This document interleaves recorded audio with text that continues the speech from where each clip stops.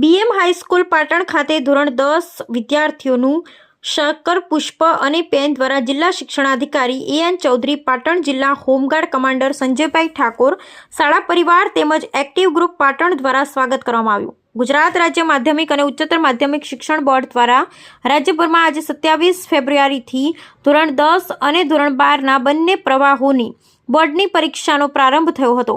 આ વર્ષે ગત વર્ષ કરતાં 11 દિવસ વહેલી શરૂ થયેલ છે। પરીક્ષાને લઈ વિદ્યાર્થીઓ તેમજ વાલીઓમાં ઉત્સાહ જોવા મળી રહ્યો છે અને સજ્જતા જોવા મળી રહી છે। બીએમ હાઈસ્કૂલ પાટણ ખાતે ધોરણ 10 વિદ્યાર્થીઓનું શાકર પુષ્પ અને પેન દ્વારા જિલ્લા શિક્ષણાધિકારી એએન ચૌધરી, પાટણ જિલ્લા હોમગાર્ડ કમાન્ડર સંજયભાઈ ઠાકોર, શાળા પરિવાર તેમજ એક્ટિવ ગ્રુપ પાટણ દ્વારા સ્વાગત કરવામાં આવ્યું હતું।